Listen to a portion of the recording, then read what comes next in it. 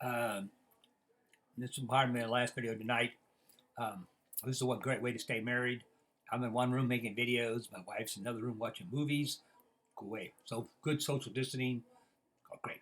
Okay. No, not, at least we're not bugging each other. Anyway, we'll look at schizophrenia. Schizophrenia is bad in a way because it's kind of a catch-all.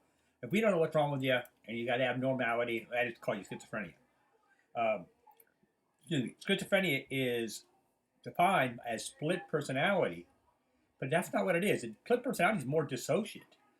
Um, Schizophrenia is a lack of integration of personality. It's the split of integration of intellect and emotions. They don't go together.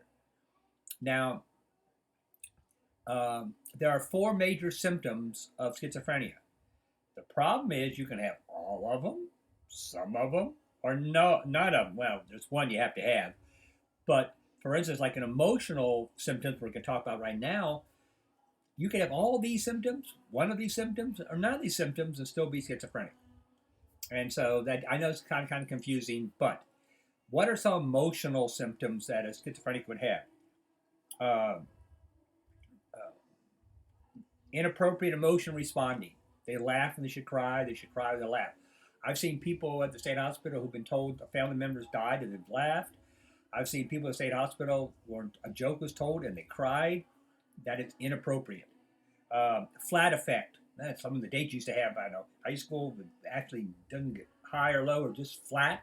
No emotion. No responding to things. Uh, uh, Alokia, which is the absence of speech. Autism.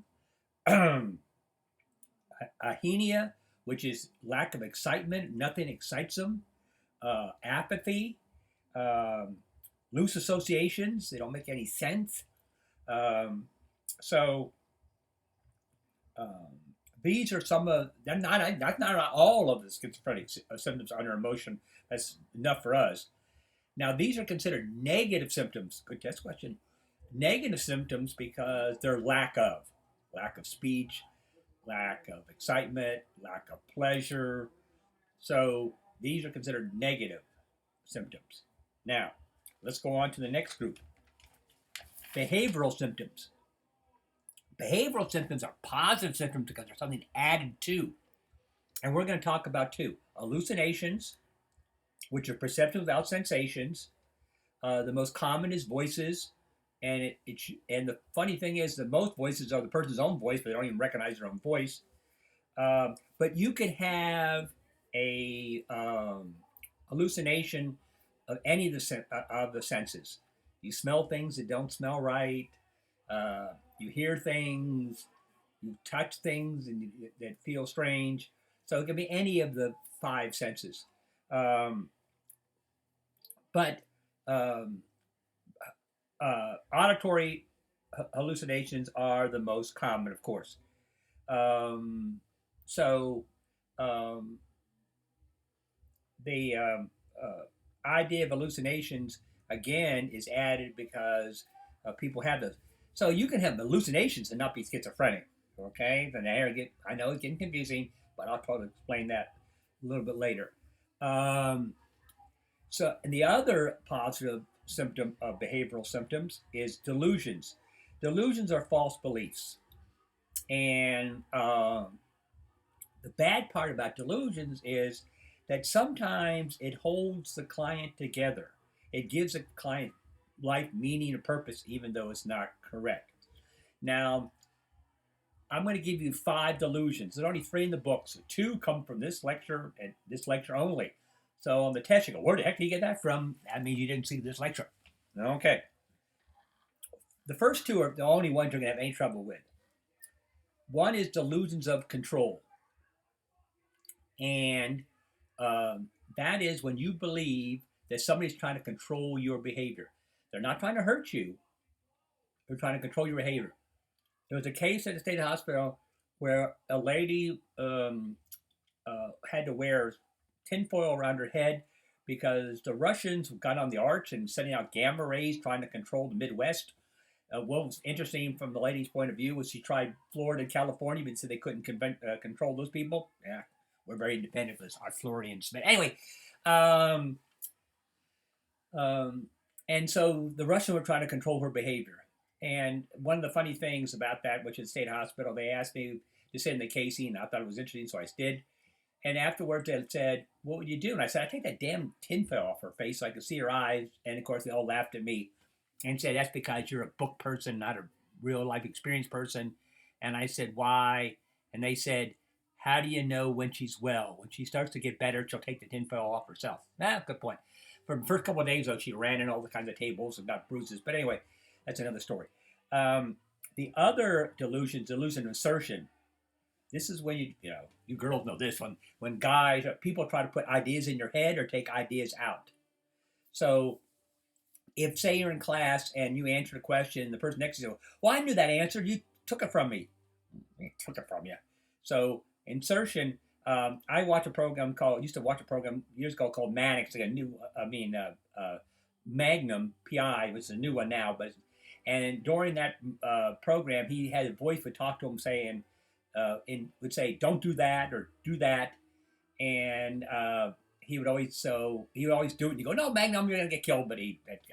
So insertion is putting ideas in your head or taking ideas out. The third one is delusion of reference. That's when you think you are the center of attention, everybody's watching you. Um, so you can do like a lot of weird things. So um, I had a friend uh, named Fred Coolidge. He teaches at Colorado State University, and I said if I became famous, I was going to change this name to Delusions of Fred Coolidge, because when I was in college, Fred we'd be walking down the street, and Fred would say, "You see that girl get in that car?" I go, "Yeah." She said, "She wants me." I said, "How do you know?" "I just know." We go to parties. He goes, "Don't tell anybody my name, because everybody want my phone number. I just want to give the phone number to the people I really want."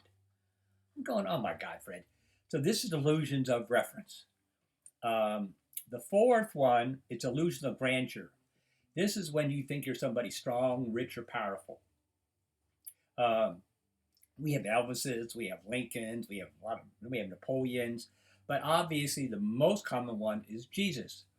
And I was lucky to meet Jesus because I was doing my internship in Florida at the state hospital, and Jesus was there, and he couldn't have chocolate for some reason. It said on his chart, no chocolate, and he loved chocolate. So I would slip him. I killed him. I didn't even slip him. I slip him chocolate every time I came. Every Wednesday we come, I give him chocolate. And one day when he was being transferred, he called me in his little cell or room and sat on the cot, and he put his arm around me and he said, "Julian, you're the only person in this whole institution that really believes in me. And I talked to my father, and you have a guaranteed place in heaven." Thanks to chocolate. So I don't care what you tell me where to go. I'm not going because I'm going to heaven thanks to chocolate. And then the last one is paranoia. And paranoia is different from control because paranoia, somebody's trying to hurt you, kill you, maim you, destroy you. So those are the five delusions. There's more than that. That's only five we can. There's the five most common. And I'm going to give you an example of each, and you're going to have to match it to the scenario. And like I said, the three of them you should do very easily. Control and assertion somewhat close. Now, you got to be very careful on hallucinations of not generating that hallucination, which means kind of bring it up and then they see that. Okay, so those are what we call behavioral symptoms, and you can have no behavioral symptoms and still be schizophrenic.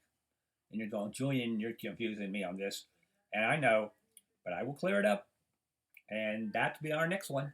So have a good night. I'm going to bed. Well, I'm not going to bed yet. I'll kind of mill around, argue with my wife a little bit, then I'll go to bed. Okay. Love you all. Bye-bye.